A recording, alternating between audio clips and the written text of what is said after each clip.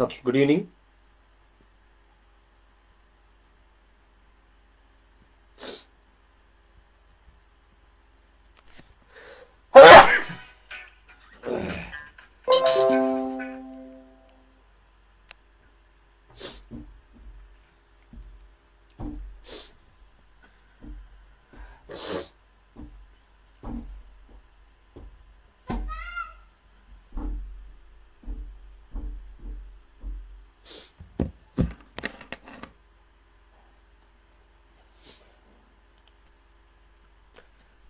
Good evening ಎಲ್ಲರಿಗೂ.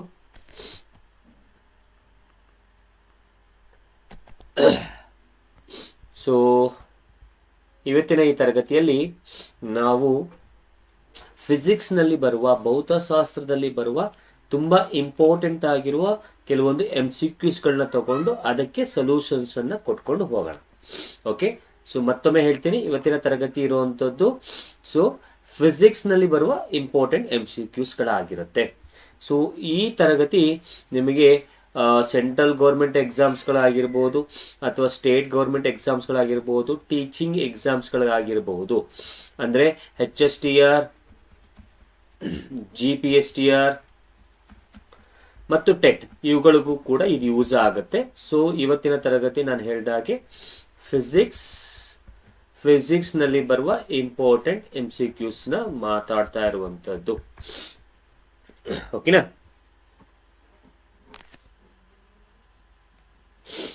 So ಮೊದಲನೇ ಪ್ರಶ್ನೆ ನಿಮ್ಮ ಸ್ಕ್ರೀನ್ ಮೇಲೆ ಕಾಣ್ತಾ ಇದೆ. The gravitational force of attraction between a satellite and earth accelerates. So gravitation force ಯಾವುದಿರುತ್ತೆ, ಸ್ಯಾಟಲೈಟು ಮತ್ತು ಅರ್ಥನ ಮಧ್ಯೆ ಯಾವುದು ಇರುತ್ತೆ ಅನ್ನೋದನ್ನ ನಾವು ನೋಡೋದಾದ್ರೆ, ಇದು ಸ್ಯಾಟಲೈಟ್ ಅಂತ ಅನ್ಕೊಂಡ್ರೆ ಇದು ಸೂರ್ಯ ಅಥವಾ ಇದು ಹೀಗಿರುತ್ತೆ ಅಂತ ಅನ್ಕೊಂಡ್ರೆ, ಇಲ್ಲಿ ಸ್ಯಾಟಲೈಟ್ ಇರುತ್ತೆ ಅಂತಂದ್ರೆ ಅಕಸ್ಮಾತ್ ಇವುಗಳ ಮಧ್ಯೆ ಇದು ಅರ್ಥ ಅಂತ ತಗೊಂಡ್ರೆ, ಭೂಮಿ ಅಂತ ತಗೊಂಡ್ರೆ, ಉಪಗ್ರಹ ಮತ್ತು ಭೂಮಿಯ ನಡುವಿನ ಗುರುತ್ವಾಕರ್ಷಣ ಬಲ ಯಾವುದ್ರಲ್ಲಿ ಇರುತ್ತೆ, ಓಕೆ, ಆಕ್ಸಿಲೇಟ್ ಯಾವುದರಿಂದ ಆಗುತ್ತೆ ಅನ್ನೋದನ್ನ ನಾವು ನೋಡೋದಾದ್ರೆ 4 ಆಪ್ಷನ್ಸ್ ಇದೆ. Centripetal force, stress, plane force, centrifugal force ಯಾವುದಿದೆ ಅನ್ನೋದನ್ನ ನೋಡಿ ಗೆಸ್ ಮಾಡಿ ನೀವು ಕೂಡ ಹೇಳ್ಬೋದು, ನಾನು ಕೂಡ ಹೇಳ್ತೀನಿ ಅನ್ನುವಂಥದ್ದು. ಸರಿನಾ? ಇಲ್ಲಿ ಪಾಯಿಂಟ್ ನೀವು ಅರ್ಥ ಮಾಡ್ಕೋಬೇಕಾಗಿರೋದು ಏನು ಅನ್ನೋದನ್ನ ಹೇಳ್ಬಿಡ್ತೀನಿ. ಈ ಜಾಗದಲ್ಲಿ ನಾವು ಅಥವಾ ಈ ಒಂದು ಸ್ಲೈಡ್ನಲ್ಲಿ ಅಥವಾ ಇವತ್ತಿನ ತರಗತಿಯಲ್ಲಿ ಪ್ರಶ್ನೆಗಳನ್ನು ನಾವು ಏನು ತಗೊಂಡಿರ್ತೀವಿ ಆ ಪ್ರಶ್ನೆಗಳಿಗೆ ಬರೀ ಆನ್ಸರ್ಸ್ನ ಮಾತ್ರ ಹೇಳ್ಕೊಂಡು ಹೋಗಲ್ಲ, ಅದರ ಜೊತೆಗೆ ನಾವು ಅದಕ್ಕೆ ಸೊಲ್ಯೂಷನ್ಸ್ ಅನ್ನು ಕೂಡ ಕೊಡ್ತೀವಿ. ಸೊಲ್ಯೂಷನ್ಸ್ ಅಂತಂದ್ರೆ ಅದಕ್ಕೆ ಎಕ್ಸ್ಪ್ಲನೇಷನ್ಸ್ ಕೂಡ ಕೊಡ್ತೀವಿ ಅನ್ನುವಂಥದ್ದು. ಸರಿನಾ? ಕ್ಲಿಯರ್ ಆಗಿದೆಯಾ? ಈಗ ಇಲ್ಲಿ ನೀವು ಒಂದು ಕಾನ್ಸೆಪ್ಟ್ ನ ಅರ್ಥ ಮಾಡ್ಕೊಳ್ಳಿ. ಒಂದಿಷ್ಟು ಉದ್ದ ದಾರ ತಗೊಂಡು ಆ ದಾರದ ಒಂದು ತುದಿಗೆ ಕಲ್ಲನ್ನ ಸೇರಿಸಿ ನಿಮ್ಮ ತಲೆಯ ಮೇಲೆ ಅದನ್ನ ತಿರುಗಿಸೋದಕ್ಕೆ ಬಿಟ್ಟಾಗ ಆ ಒಂದು ತಿರುಗಿಸುವಂತ ಜಾಗದಲ್ಲಿ ಈ ಜಾಗದಲ್ಲಿ ಏನಿರುತ್ತೆ ಅದನ್ನ ಒಂದು ಪಾಯಿಂಟ್ ಅನ್ನ ಇಟ್ಕೊಂಡು, ಆ ಕಲ್ಲು ತಿರುಗುತ್ತಲ್ಲ ಅದನ್ನ ಒಂದು ಪಾಯಿಂಟ್ ಅಂತ ಇಟ್ಕೊಂಡ್ರೆ, ಆ ಒಂದು ಈ ಕೈ ಮತ್ತು ಕಲ್ಲಿನ ಮಧ್ಯದಲ್ಲಿ ಬರುವಂತಹ ಫೋರ್ಸ್ ಅದೇ ಸ್ಯಾಟಲೈಟ್ ಮತ್ತು ಅರ್ತ್ ನ ನಾವು ಇದನ್ನ ಈ ಒಂದು ಎಕ್ಸಾಂಪಲ್ಸ್ ಗಳಿಗೆ ಜಾಯಿನ್ ಮಾಡ್ಕೊಂಡ್ರೆ, ಇಲ್ಲಿ ಕೈಯಲ್ಲಿರುವಂತದ್ದು ಅರ್ತ್, ಈ ಪೊಸಿಷನ್ ಅರ್ತ್, ಸುತ್ತಿಸ್ತೀವಲ್ಲ ದಾರವನ್ನ, ಇದು ಅರ್ತ್, ಅಲ್ಲಿ ಸುತ್ತುತ್ತಾ ಇರೋದು ಸ್ಯಾಟಲೈಟ್, ಕಲ್ಲು ಅನ್ನೋದು ಸ್ಯಾಟಲೈಟ್. ಹಾಗಾದ್ರೆ ಅದಕ್ಕೂ ಮತ್ತು ಅರ್ಥಗೂ ಇರುವ ನಡುವಿನ ಇರುವಂತಹ ಒಂದು ಫೋರ್ಸ್ ಯಾವುದು ಅನ್ನೋದನ್ನ ಇವರು ಕೇಳಿರೋದು. ಆ ಫೋರ್ಸ್ ನ ನಾವು ಏನಂತ ಕರಿತೀವಿ ಅಂತಂದ್ರೆ ಸೆಂಟ್ರಿಪೀಟಲ್ ಫೋರ್ಸ್ ಅಂತ ಕರಿತೀವಿ. ಅರ್ಥ ಆಯ್ತಾ? ಕೇಂದ್ರಾಭಿಮುಖ ಬಲ ಅಂತ ಕರಿತೀವಿ. ಇದು ನಿಮ್ಮ ಮೊದಲನೇ ಕ್ವಶನ್ಗೆ answer. So A option correct ಆಗಿದೆ ಅನ್ನುವಂಥದ್ದು. ಕ್ಲಿಯರ್ ಆಗಿದೆ ಅಂತ ಅನ್ಕೊಳ್ತೀನಿ. ಮೊದಲನೇ ಪ್ರಶ್ನೆಗೆ ಒಂದು ಉತ್ತರ ಕ್ಲಿಯರಾ? ಇನ್ನು ಎರಡನೇ ಪ್ರಶ್ನೆಗೆ ಹೋಗೋದಾದ್ರೆ, what is the value of gravitational constant? ಗುರುತ್ವಾಕರ್ಷಣೆಯ ಸ್ಥಿರಾಂಕದ ಮೌಲ್ಯ ಎಷ್ಟು? ಸೊ ಗುರುತ್ವಾಕರ್ಷಣೆಯ ವ್ಯಾಲ್ಯೂ ಸ್ಥಿರಾಂಕದ ಮೌಲ್ಯ ಎಷ್ಟಿರುತ್ತೆ ಅಂತಂದ್ರೆ 6.6734 ಇಂಟು 10⁻−11 6.6734 6.67 ಅಂತಲೂ ಬರೀಬಹುದು, ಬಟ್ ಇರ್ಲಿ 6734 ಇಂಟು 10⁻−11 ಇರುವ ಆಪ್ಷನ್ ಸಿ ಆಗುತ್ತೆ. ಸೊ ಸಿ ಆಪ್ಷನ್ ಕರೆಕ್ಟ್ ಆಗಿದೆ. ಹೇಳುವ ಪಾಯಿಂಟ್ ಅನ್ನ ನೀಟಾಗಿ ನೋಡ್ಕೊಂಡ್ಬಿಡಿ. ಪ್ರತಿ ಪಾಯಿಂಟ್ ಅಲ್ಲೂ ನಿಮಗೆ ಕಾನ್ಸೆಪ್ಟ್ ಇರುತ್ತೆ, ಜೊತೆಗೆ ಏನಿರುತ್ತೆ ಒಂದು ಕ್ವಶನ್ಸ್ ಗಳು ಕೂಡ ಅದರಲ್ಲಿ ಇರುತ್ತೆ ಅನ್ನುವಂಥದ್ದು. ಓಕೆ, ಸೊ ಮುಂದಿನ ಪ್ರಶ್ನೆ, which of the following is a weak force? ಕೆಳಗಿನವುಗಳಲ್ಲಿ ಯಾವುದು ದುರ್ಬಲ ಶಕ್ತಿ? ಸೊ ನಮಗೆ ಗೊತ್ತಿರೋ ಹಾಗೆ ವೀಕ್ ಫೋರ್ಸ್ ಅಂತಂದ್ರೆ ನಾವು ಅದು ಗ್ರಾವಿಟೇಷನಲ್ ಫೋರ್ಸ್ ಅಂತ ನಾವು ಹೇಳ್ತೀವಿ, ಸರಿನಾ? ಸೊ ಅತ್ಯಂತ ಜಾಸ್ತಿ ತುಂಬಾ ಫೋರ್ಸ್ ಇರುವುದು ನ್ಯೂಕ್ಲಿಯರ್ ಫೋರ್ಸ್ ಅಂತಾನು ಹೇಳ್ಬೋದಲ್ವಾ, ನ್ಯೂಕ್ಲಿಯರ್ ಫೋರ್ಸ್. ಓಕೆ, ಸೊ ಮುಂದಿನ ಪ್ರಶ್ನೆಗೆ ತಗೊಂಡು ಹೋಗೋಣ. ಸೊ ಮುಂದಿನ ಪ್ರಶ್ನೆ, free fall is possible only in? ಮುಕ್ತ ಪತನ ಅಂದ್ರೆ ನಾವು ಏನು ಫ್ರೀ ಫಾಲ್ ಆಗುತ್ತೆ ಅಂತ ಹೇಳ್ತೀವಲ್ಲ, ಅದು ಯಾವ ಜಾಗದಲ್ಲಿ ಅದು ಆಗತ್ತೆ ಅನ್ನೋದನ್ನ ನೋಡೋದಾದ್ರೆ ಅದು ಆಗೋದು ವ್ಯಾಕ್ಯೂಮ್ ನಲ್ಲಿ, ನಿರ್ವಾತ ಪ್ರದೇಶದಲ್ಲಿ. ನಿರ್ವಾತ ಅಂದ್ರೆ ವ್ಯಾಕ್ಯೂಮ್ ಅಂದ್ರೆ ಗೊತ್ತಿದ್ಯಾ? ವ್ಯಾಕ್ಯೂಮ್ ಅಂದ್ರೆ ಗೊತ್ತಿದ್ಯಾ? ಏರ್ ಇಲ್ಲದಿರುವ ಪ್ರದೇಶದಲ್ಲಿ. ಓಕೆನಾ? ಹಾಗಾದ್ರೆ ಈ ಒಂದು ಪ್ರಶ್ನೆಗೆ ಉತ್ತರ ಡಿ ಆಗುತ್ತೆ, ವ್ಯಾಕ್ಯೂಮ್ ಆಗತ್ತೆ, ನಿರ್ವಾತ ಆಗತ್ತೆ. ಓಕೆನಾ? ಮುಂದಿನ ಪ್ರಶ್ನೆ,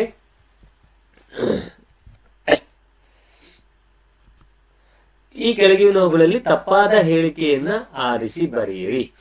ಒಂದು ನಿಮಿಷ,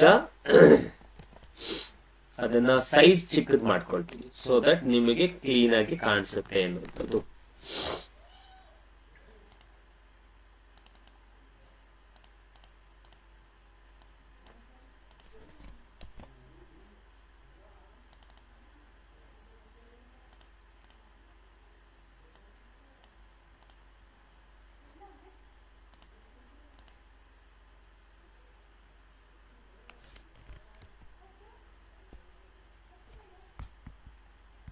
ಐ ಥಿಂಕ್ ಕರೆಕ್ಟ್ ಆಗಿದೆ ಅನ್ಸುತ್ತೆ ಈಗ.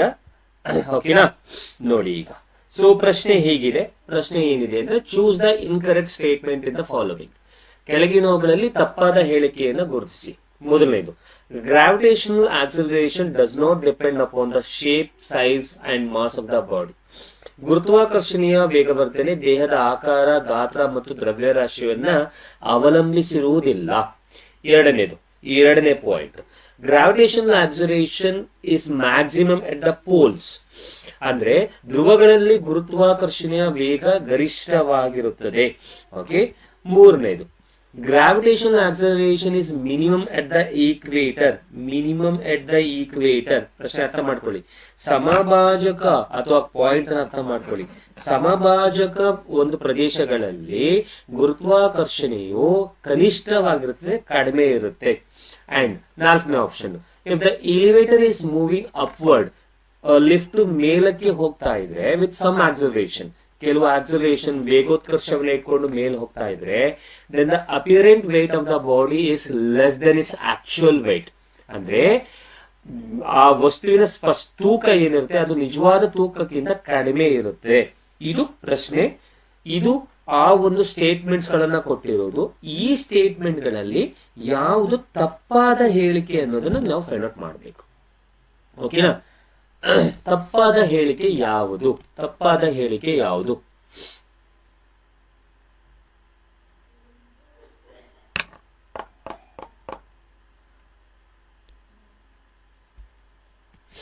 ಸರಿ, ನನಗೆ ಆನ್ಸರ್ಸ್ ಬಂದಿಲ್ಲ, ಪರವಾಗಿಲ್ಲ, ನೋ ಪ್ರಾಬ್ಲಮ್. ಸೊ ನೋಡಿ, ಸೊ ಇಲ್ಲಿ ಕೆಳಗಡೆಯಿಂದ ಬರೋಣ. ಸೊ ಲಿಫ್ಟ್ ನಲ್ಲಿ ತೂಕ ಕಡಿಮೆ ಇರುತ್ತಾ? ಹೌದು, ಕಡಿಮೆ ಇರುತ್ತೆ. ಅದು ಸರಿ ಇದೆ, ತಪ್ಪಲ್ಲ, ಅದು ಸರಿ ಇದೆ. ನಮ್ಗೆ ತಪ್ಪಾಗಿರೋದು ಬೇಕು. ಸಮಭಾಜಕ ವೃತ್ತದಲ್ಲಿ ಗುರುತ್ವಾಕರ್ಷಣೆ ವೇಗೋತ್ಕರ್ಷ ಕನಿಷ್ಠವಾಗಿರುತ್ತೆ. ಯೋಚನೆ ಮಾಡೋಣ. ಧ್ರುವಗಳಲ್ಲಿ gravitational acceleration is maximum at the poles. Gravitational acceleration does not depend on the shape and size. Gravitational acceleration ಈಗ ನಾವು ಮೇಲ್ಗಡೆಗೆ ಎಸಿತೀವಿ ಅಂತಂದ್ರೆ ಯಾವ್ದಾದ್ರು ವಸ್ತುನ, ಅದು ಶೇಪ್ ನ ಮೇಲೆ, ಮಾಸ್ ಆಫ್ ದ ಬಾಡಿ ಮೇಲೆ ಡಿಪೆಂಡ್ ಆಗಿರಲ್ಲ. ಹೌದಲ್ಲ? ಯಾವುದೇ ಹೆಸರು ಕೂಡ ಮೇಲ್ಗಡೆಯಿಂದ ಕೆಳಗಡೆ ಬರುತ್ತಲ್ವಾ? ಸೊ ಇನ್ನು ಉಳಿದಿರೋದು 2 ಪಾಯಿಂಟ್, ಬಿ ಮತ್ತೆ ಸಿ. ಬಿ ಮತ್ತೆ ಸಿ ಅಲ್ಲಿ ಯಾವುದು ಸರಿ ಯಾವುದು ತಪ್ಪು ಅನ್ನೋದನ್ನ ನಾವು ಐಡೆಂಟಿಫೈ ಮಾಡ್ಕೊಂಡ್ರೆ ನಮಗೆ ಆನ್ಸರ್ಸ್ ದೊರಕುತ್ತೆ ಅನ್ನುವಂಥದ್ದು. ಸರಿನಾ? ಮುಂದಿನ ಪ್ರಶ್ನೆ, the escape velocity at the earth surface is approximately. ನಾವು ದಿಸ್ ಇಸ್ ಇಂಪಾರ್ಟೆಂಟ್.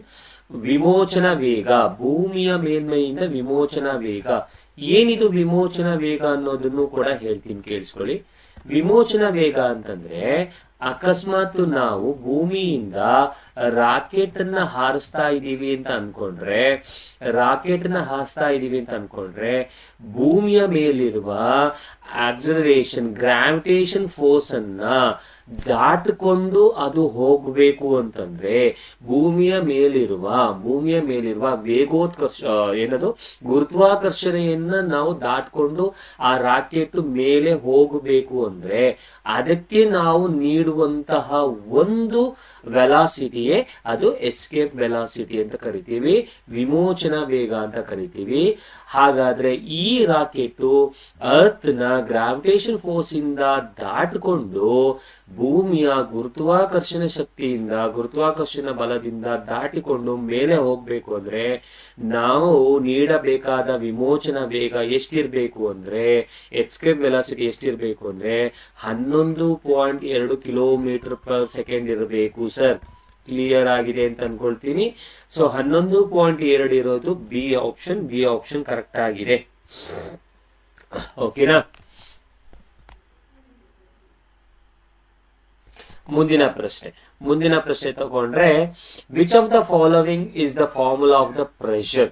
ಈ ಕೆಳಗಿನವುಗಳಲ್ಲಿ ಯಾವುದು ಒತ್ತಡದ ಆಯಾಮ ಅಂತಾನು ಹೇಳ್ಬಹುದು, ಸೂತ್ರ ಅಂತನಾರು ಕೂಡ ನಾವು ಹೇಳಬಹುದು. ಯಾವುದು ನೋಡೋಣ. ಹಾಗಕ್ಕಿಂತ ಮುಂಚೆ 1 ನಿಮಿಷ. ಓಕೆ, ಈಗ ಸರಿ ಆಯ್ತು. ಸರಿಯಾಗಿದೆಯಾ? ಸರಿಯಾಗಿದೆ. ಸೊ ಡೈಮೆನ್ಷನ್ ಫಾರ್ಮುಲಾ ಆಫ್ ಪ್ರೆಷರ್ದು ಡೈಮೆನ್ಷನ್ ಫಾರ್ಮುಲಾ ಯಾವ್ದು ಆಗತ್ತೆ? ಸೊ ಇದರಲ್ಲಿರೋ ಆಪ್ಷನ್ ನಲ್ಲಿ ನಾವು ನೋಡಿದ್ರೆ ML -1T-2 ಅನ್ನೋದು ನಿಮ್ಮ ಪ್ರೆಷರ್ ನ ಡೈಮೆನ್ಷನಲ್ ಫಾರ್ಮುಲಾ ಆಗತ್ತೆ. ಅದು ಇರುವುದು ಬಿ ಅಲ್ಲಿ. ಸೊ ಬಿ ಆಪ್ಷನ್ ಕರೆಕ್ಟ್ ಆಗಿದೆ. ಓಕೆನಾ? ಸೊ ಪ್ರೆಷರ್ಗೆ ಸೂತ್ರ ಇದೆ. ಪ್ರೆಷರ್ಗೆ ಸೂತ್ರ ನೆನಪಲ್ಲಿ ಇದೆ ಯಾರಿಗಾದ್ರೂ? ಸೊ ಪ್ರೆಷರ್ಗೆ ಸೂತ್ರ ಏನಾಗತ್ತೆ? ಎಲ್ಲಿದೆ ಪೆನ್ನು? ಇಲ್ಲಿದೆ. ಓಕೆ, ಫೋರ್ಸ್ ನ ಡಿವೈಡೆಡ್ ಬೈ ಏರಿಯಾ ಮಾಡಿದ್ರೆ ಬಲವನ್ನ ಅದರ ಒಂದು ವಿಸ್ತೀರ್ಣದ ಜೊತೆಗೆ, ಸರಿನಾ? ಅದು ಹಾಗಾಗಿ ಇಲ್ಲಿ ನಾವು ಇದನ್ನ ಇಟ್ಕೊಂಡು ನಾವು ಮಾಡುವಂಥದ್ದು. ಸೊ ಇಲ್ಲಿ ಬಲಕ್ಕೆ ನಾವು MLT2 divided by, I think ನಿಮ್ಗೆ ಗೊತ್ತಿರ್ಬೋದು ಅಂತ ಅನ್ಕೊಳ್ತೀನಿ. ಸೊ ಗೊತ್ತಿತ್ತು ಅಂದ್ರೆ ಓಕೆ, ನೋ ಪ್ರಾಬ್ಲಮ್. ಸೊ ಈ ರೀತಿ ಮಾಡ್ಕೊಂಡ್ರೆ ನಮಗೆ ಉಳಿಯುವಂಥದ್ದು ML-1T-2 ಅನ್ನುವಂಥದ್ದು. ಸೊ ಬಿ ಆಪ್ಷನ್ ಕರೆಕ್ಟ್ ಆಗಿದೆ. ಓಕೆ, ನೆಕ್ಸ್ಟ್ ಪ್ರಶ್ನೆ, ice floats on water because it's density is more than water ಆಗತ್ತಾ, ಲೆಸ್ ದೆನ್ ವಾಟರ್ ಆಗತ್ತಾ, ಇಸ್ 0 ಆಗತ್ತಾ, ಇಸ್ ಲೈಕ್ ವಾಟರ್ ಆಗತ್ತಾ? ಮಂಜುಗಡ್ಡೆಯು ನೀರಿನ ಮೇಲೆ ತೇಲುತ್ತೆ. ಯಾಕೆಂದ್ರೆ ಅದರ ಸಾಂದ್ರತೆ ಯಾವುದಕ್ಕೆ ಈಕ್ವಲ್ ಇರಬೇಕು? ಸೊ ನೀರಿನ ಮೇಲೆ ತೇಲ್ಬೇಕು ಅಂತಂದ್ರೆ, ಈ ನೀರಿನ ಮೇಲೆ ಈ ರೀತಿ ತೇಲ್ಬೇಕು ಅಂದ್ರೆ ಏನು? ಮಂಜುಗೆಡ್ಡೆ ಅದರ ಸಾಂದ್ರತೆ ಏನಾಗಿರ್ಬೇಕು? ಲೆಸ್ ದೆನ್ ವಾಟರ್ ಆಗಿರ್ಲೇಬೇಕು. ನೀರಿಗಿಂತ ಏನಾಗಿರ್ಬೇಕು? ಇದು 15 ಬಿಟ್ಟು ಹಾಕಿ, 15 ಸ್ವಲ್ಪ ಏನೋ ಮಿಸ್ ಆಗಿ ಬಂದ್ಬಿಟ್ಟಿದೆ, 15 ಇದು ಬೇಡ. ಇಸ್ ಲೆಸ್ ದೆನ್ ವಾಟರ್ ಇರಬೇಕು. ನೀರಿಗಿಂತ ಏನಿರ್ಬೇಕು? ಕಡಿಮೆ ಇರಬೇಕು. ಹಾಗಿದ್ದಾಗ ಅದು ನೀರಿನ ಮೇಲೆ ತೇಲುತ್ತೆ, ಇಲ್ಲ ಅಂದ್ರೆ ಓಕೆನಾ? ಮುಂದಿನ ಪ್ರಶ್ನೆ. ಓಕೆ, ಇಲ್ಲೇ ಇದೆಯಲ್ಲ, what is the value of 273 kelvin? So 273 kelvin value ಏನು? ಯಾರಾದ್ರೂ ಮಾಡ್ತೀರಾ? 273 kelvin. So C is equals to K minus 273. K ಅಂತಂದ್ರೆ 273 minus 273, ಆನ್ಸರ್ 0 ಬರುತ್ತೆ. So 0 degree Celsius is the answer. So B ಅಲ್ಲ, ಡಿ ಆಪ್ಷನ್ ಕರೆಕ್ಟ್ ಆಗಿದೆ. Okay, what is the value of the temperature when is considered normal in the human body? ಮಾನವನ ದೇಹದಲ್ಲಿ ಸಾಮಾನ್ಯವಾಗಿ ಪರಿಗಣಿಸಲಾದ ತಾಪಮಾನ ಎಷ್ಟು? ನೆನಪಿದೆಯಾ? ಮನುಷ್ಯನ ತಾಪಮಾನ ಎಷ್ಟಿರುತ್ತೆ, ಮನುಷ್ಯನಿಗೆ ಏನ್ ಹೇಳ್ತೀವಿ ಟೆಂಪರೇಚರ್ ಎಷ್ಟಿರುತ್ತೆ ಅನ್ನುವಂಥದ್ದು ಚಿಕ್ಕ ವಯಸ್ಸಲ್ಲಿ ಹೇಳ್ಕೊಟ್ಟಿರ್ತಾರಲ್ಲ ಹೈಸ್ಕೂಲಲ್ಲಿ. 37 ಡಿಗ್ರಿ ಸೆಲ್ಸಿಯಸ್ ಇರಬೇಕು ಅಂತ ಹೇಳಿದರೆ ನೆನಪಲ್ಲಿದೆಯಾ? ಸೊ 37 ಡಿಗ್ರಿ ಸೆಲ್ಸಿಯಸ್ ಅಂತಂದ್ರೆ ಅದು ಎಷ್ಟಕ್ಕಾಗತ್ತೆ? 98.6 ಡಿಗ್ರಿ ಆಗತ್ತೆ. 98.6 ಡಿಗ್ರಿ ಇರೋದು ಸಿ ಆಪ್ಷನ್ ಕರೆಕ್ಟ್ ಆಗಿದೆ. ಓಕೆನಾ? Evaporation of a water occurs at the freezing point, at fusion temperature, at all the temperature ಅಥವಾ ಬಾಯ್ಲಿಂಗ್ ಪಾಯಿಂಟ್ ಇದ್ದಾಗ. ಇವಾಪರೇಷನ್ ಆಗೋದು ಯಾವಾಗ? ನೀರನ್ನ ಕುದಿಸೋಕೆ ಇಟ್ಟಿರ್ತೀರಾ, ನೀರನ್ನ ಒಂದು ಪಾತ್ರೆಯಲ್ಲಿ ಕುದಿಸೋದಕ್ಕೆ ಇಟ್ಟಿರ್ತೀರಾ, ಆಯ್ತಾ? ಇದು ಇವಾಪರೇಟ್ ಆಗೋದು ಯಾವಾಗ? ಇವಾಪರೇಟ್ ಆಗೋದು ಯಾವಾಗ? 100 ಡಿಗ್ರಿ ಸೆಲ್ಸಿಯಸ್ ಇದ್ದಾಗ. 100 ಡಿಗ್ರಿ ಸೆಲ್ಸಿಯಸ್ ಅಂತಂದ್ರೆ ಬಾಯ್ಲಿಂಗ್ ಪಾಯಿಂಟ್ 100 ಡಿಗ್ರಿ ಸೆಲ್ಸಿಯಸ್ ಅಲ್ಲಿ ಇದ್ದಾಗ, ಅಂದ್ರೆ ಕುದಿಯೋ ಬಿಂದುವಿನಲ್ಲಿ. ಹಾಗಾದ್ರೆ ಕುದಿಯೋ ಬಿಂದುವಿನಲ್ಲಿ ಇರೋದು ಆಪ್ಷನ್ ಯಾವುದು? D. So D option correct ಆಗಿದೆ. ಕ್ಲಿಯರ್ ಆಗಿದೆ ಅಂತ ಅನ್ಕೊಳ್ತೀನಿ. ಒಂದೊಂದೇ ಕ್ವಶನ್ಸ್ ಕೂಡ ನಾವು ಮಾತಾಡ್ತಾ ಇದೀವಿ. ಕ್ವಶನ್ಸ್ ನ ಜೊತೆಗೆ ನಾವು ಕಾನ್ಸೆಪ್ಟ್ಸ್ ಗಳನ್ನು ಕೂಡ ನಾವು ಹೇಳ್ಕೊಡ್ತಾ ಇದೀವಿ. ಓಕೆ, ಮುಂದಿನ ಪ್ರಶ್ನೆ. If the frequency of the wave increases, what happens to its wavelength? Increase ಆಗತ್ತಾ, ಸೇಮ್ ಇರುತ್ತಾ, ಡಿಕ್ರೀಸ್ ಆಗಿರುತ್ತಾ? There is no relation between the two. ಎರಡಕ್ಕೂ ಸಂಬಂಧ ಇಲ್ಲದೆ ಇರುತ್ತಾ? ತರಂಗದ ಆವರ್ತನ ಹೆಚ್ಚಾದರೆ, ಆವೃತ್ತಿ ಹೆಚ್ಚಾದರೆ ತರಂಗಾಂತರ ಏನಾಗತ್ತೆ? ಹೆಚ್ಚಾಗತ್ತಾ, ಹಾಗೆ ಇರುತ್ತಾ, ಕಡಿಮೆ ಆಗುತ್ತಾ? ನಿಮ್ಗೆ ಸೂತ್ರ ಗೊತ್ತಿದೆಯಾ? ಸೂತ್ರ ಗೊತ್ತಿತ್ತು ಅಂತಂದ್ರೆ ಎಲ್ಲವೂ ಆರಾಮಾಗಿ ಮಾಡ್ಕೋಬಹುದು. V is equals to n lambda. V is equals to n lambda. ಇದು ಸೂತ್ರ ತಲೆ ಇಟ್ಕೊಳ್ಳಿ. So V is equals to n lambda. ಇದರಲ್ಲಿ ನಮಗೆ ಬೇಕಾಗಿರೋದನ್ನ ಇಟ್ಕೊಂಡು ಬೇಡದೇ ಇರೋದನ್ನ ಆಚೆ ಕಳ್ಸಿದ್ರೆ ನಮ್ಗೆ ಆರಾಮಾಗಿ ಉಳಿದಿರೋದು ಸಿಗತ್ತೆ. ಅಕಸ್ಮಾತ್ n lambda is equals to v ಅಂತ ಕೊಟ್ಟು ಲ್ಯಾಂಬ್ಡಾನ ಆಚೆ ಕಳ್ಸಿದ್ರೆ n is equals to v by lambda ಆಯ್ತಾ? ಇಲ್ಲಿ ಲ್ಯಾಂಬ್ಡಾ ಅಂದ್ರೆ ಏನು? Wave length. ಎನ್ ಅಂದ್ರೆ ಏನು? ಫ್ರೀಕ್ವೆನ್ಸಿ. ಎನ್ ಅಂದ್ರೆ ಏನು? ಫ್ರೀಕ್ವೆನ್ಸಿ. ಹಾಗಾದ್ರೆ ಫ್ರೀಕ್ವೆನ್ಸಿನ ನಾವು ಅಕಸ್ಮಾತ್ ನೋಡ್ಕೊಳ್ಳಿ, ನೀಟಾಗಿ ಅರ್ಥ ಮಾಡ್ಕೊಳ್ಳಿ. ಜಾಸ್ತಿ ಮಾಡಿದ್ರೆ ಲ್ಯಾಂಬ್ಡಾ ಎಲ್ಲಿ ಬಂದಿದೆ? ಕೆಳಗೆ ಬಂದಿದೆಯಲ್ಲ, ರೆಸಿಪ್ರೋಕಲ್ ಆಗಿದೆಯಲ್ಲ. ಹಾಗಾದ್ರೆ ಲ್ಯಾಂಬ್ಡಾ ಏನಾಗ್ಬೇಕು? ಕಡಿಮೆ ಆಗ್ಬೇಕು. ವೇವ್ ಲೆಂತ್ ಏನಾಗ್ಬೇಕು? ಕಡಿಮೆ ಆಗತ್ತೆ. ಅರ್ಥ ಆಗ್ತಿದ್ಯಾ? ಏನಾಗ್ಬೇಕು? ಕಡಿಮೆ ಆಗ್ಬೇಕು. ಹಾಗಾದ್ರೆ ಇದು ಡಿಕ್ರೀಸ್ ಆಗತ್ತೆ, ಅಂದ್ರೆ ಕಡಿಮೆ ಆಗತ್ತೆ. ಕಡಿಮೆ ಆಗತ್ತೆ ಅನ್ನೋದು ಇರೋ option C. So C option correct ಆಗಿದೆ ಎನ್ನುವಂಥದ್ದು. ಕ್ಲಿಯರಾ? ಅರ್ಥ ಆಯ್ತಾ? ಪಾಯಿಂಟ್ ಕ್ಲಿಯರ್ ಆಗಿದೆ ಅಂತ ಅನ್ಕೊಳ್ತೀನಿ. Any doubts?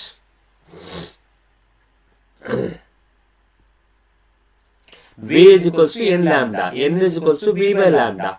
ಸೊ ಆಗ ಫ್ರೀಕ್ವೆನ್ಸಿ ಇನ್ಕ್ರೀಸ್ ಆದ್ರೆ ವೇವ್ ಲೆಂತ್ ಏನಾಗಬೇಕು? ಕಡಿಮೆ ಆಗಬೇಕು. ಆವೃತ್ತಿ ಜಾಸ್ತಿ ಮಾಡಿದ್ರೆ ತರಂಗಾಂತರ ಏನಾಗಬೇಕು? ಕಡಿಮೆ ಆಗಬೇಕು ಅಷ್ಟೇ.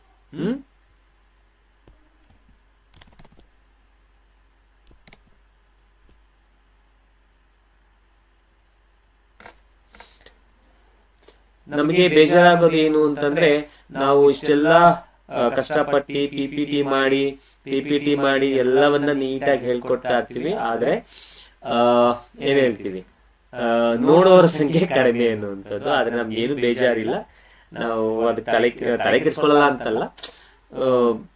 Sometimes we felt bad. Okay, ಕಷ್ಟಪಟ್ಟು ಮಾಡಿರ್ತೀವಿ, ಸೊ ನೋಡೋರಿಲ್ಲ ಅಂತಂದಾಗ ಬೇಜಾರಾಗತ್ತೆ. ಅದೇ ನಾನು ಒಂದು ಬೇರೆಯವ್ರ ಬಗ್ಗೆ ಹೇಳಕ್ ಇಷ್ಟಪಡಲ್ಲ, but still I will take this word. ತಪ್ಪಾಗಿ ಹೇಳ್ಕೊಡ್ತಾ ಇದ್ರು ಕೂಡ ನೋಡೋರು ಇರ್ತಾರೆ ಎನ್ನುವಂಥದ್ದು ಅಷ್ಟೇ. ಓಕೆನಾ? ಸಾರಿ ಟು ಸೇ ದಟ್, ಅದು ಹೇಳಬಾರ್ದು, ಬಟ್ ಹೇಳ್ದೆ. Okay,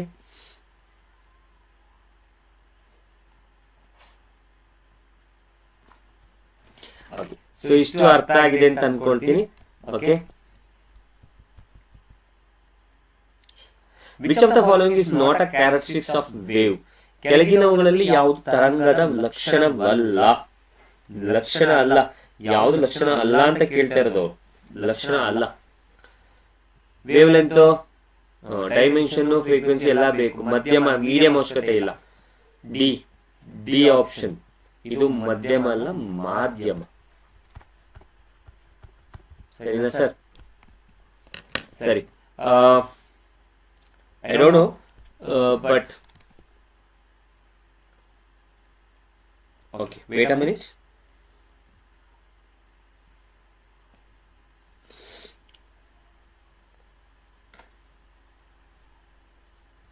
okay,